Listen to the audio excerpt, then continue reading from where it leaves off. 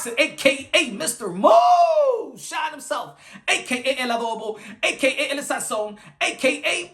El Borracho. Ladies and gentlemen, you already know in the sport of boxing, we've been talking about it, debating about it, fighting about it, having a dialogue about it. In the lightweight division, of course, there's a lot of confusion in reference to the WBC and what they have done, right? WBC franchise, they have watered down the belt, the WBC prestige belt that they gave to Devin Haney. There's fans out there that be like, yo, Teofimo Lopez, we saw what he did. Lomachenko, he's undisputed. Other fans out there say, well, no, that's not the official belt. Nah, it's not recognized by the other belt federation. Blah, blah, blah, blah, blah. If you've been following the channel, I've been breaking this thing down from a T. Now, let me give you some news. Bob Arum, one of the prestige promoters, and probably the most prestigious promoter in the history of the sport of boxing, have stated to T.O., to the Lopez, man, stop talking about Devin Haney, man. That's funny business. They missed the meeting. They ain't about fighting you. Stop promoting his name. Stop marketing his name. And keep your eyes on the prize. And let's get this Josh Taylor fight in the summer of 2022. In which, for Teofimo Lopez, that's a better fight, a legacy fight. Is the same banner, ESPN. He reconstructed a contract with one fight on free ESPN and 2 pay-per-view fights, and y'all already know that pay-per-view fight right there is Josh Taylor and Teofimo Lopez is there for the taking. It's gonna come through fruition. So Bob Arum is like, stop, Teo, stop, Teo, stop talking about this guy. You know, we had the door open for him. If you wanted to come into in top rank and sign the deal and sign a potential fight with you or Lomachenko, he could have had the chance. You know, over there, Eddie and the Haneys, they about funny business. Do not pay attention to them. Pay attention to your contract and the potential big fight that you may have. I just said that we're going to try to talk to Gervonta Tank Davis' team, and probably that will be one of the pay-per-view events that we have for you. Devin Haney, no, he had his chance. Now, ladies and gentlemen, the WBC convention is today. Started the 14th, we're going to end on the 19th. Mauricio Sulaiman, in which a lot of people has been frustrated about, have stated today what I've been saying. That if Devin Haney wants to fight with Teofimo Lopez, he has to use his promoter hat. Ladies and gentlemen, when we are frustrated with promoters, we blame Top Rank Bob Arum. If we ask him for a fight and that fight doesn't come to fruition, we blame the promoters. Bob Arum. We blame Oscar de la Hoya. We blame Eddie Hearn. We blame PBC, Al Heyman, and Samson Promotion, and all the promotions.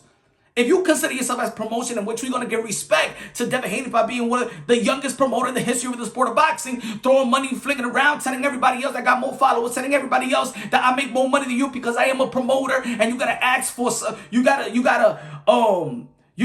answer to somebody. I don't got to answer to nobody. I'm partners with Eddie Hearn. Then the critique, maybe not as a fighter, but as a promoter, is going to come to you. Because just in this video, Mauricio Sulaiman have stated what I've been saying. He stated, hold on, I want you to listen to it, then we get back to it. Mauricio Sulaiman, speak to the people. Let's go. So, Lopez Sr. said that he spoke to you about a petition that you're going to send to the Haneys to make Devin Haney mandatory. Do you know anything about that? We only deal with promoters. Right. The WBC only official and legal communications are through promoters. I spoke and I speak to managers, trainers, fighters, anyone. We have discussions, but there's a great difference between what you talk, what you discuss, what is planned, and what is official.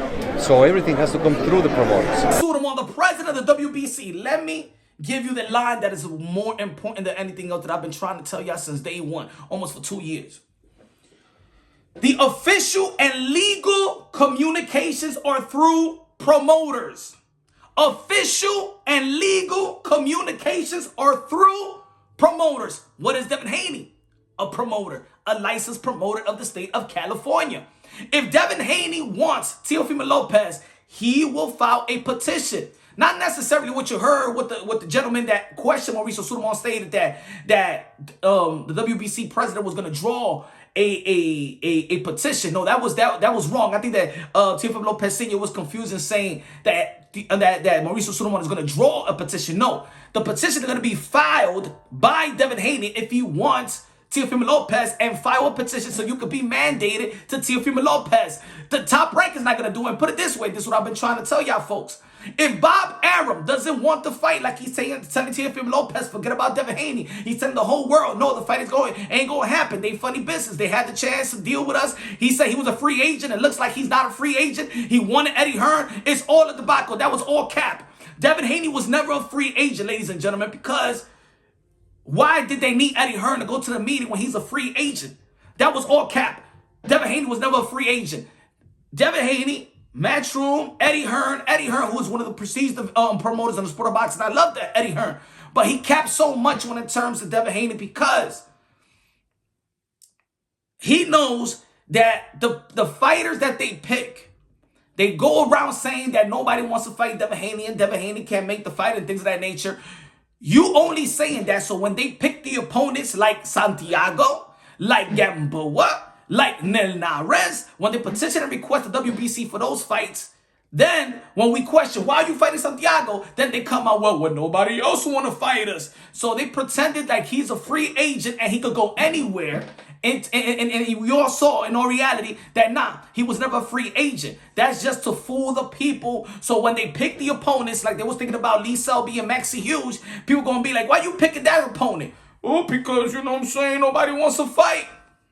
Ladies and gentlemen, again, what the WBC have stated, official and illegal communication are through the promoters. If Bob Arum does not want to fight, then Devin Haney has the power because David McWater, the manager of Teofimo Lopez, and Teofimo Lopez would love for Devin Haney to actually petition for that fight and become the mandatory. So then if you become the mandatory and then the WBC votes on it and order it, you take it a purse bid if Bob Arum does not want to pay for it. Listen, folks, this works both for Devin Haney and Teofimo Lopez to get the max dollars. Eddie Hearn have stated that I will buy the fight. I want this fight on the zone. Eddie Hearn will put all the money for this fight. So if Bob Arum don't want it, he's telling the whole world he don't want it. Guess what? Devin Haney takes the power. Petition so you could be mandatory to Teofimo Lopez. Get the fight, order the fight, goes to purse bid. Eddie Hearn buy it.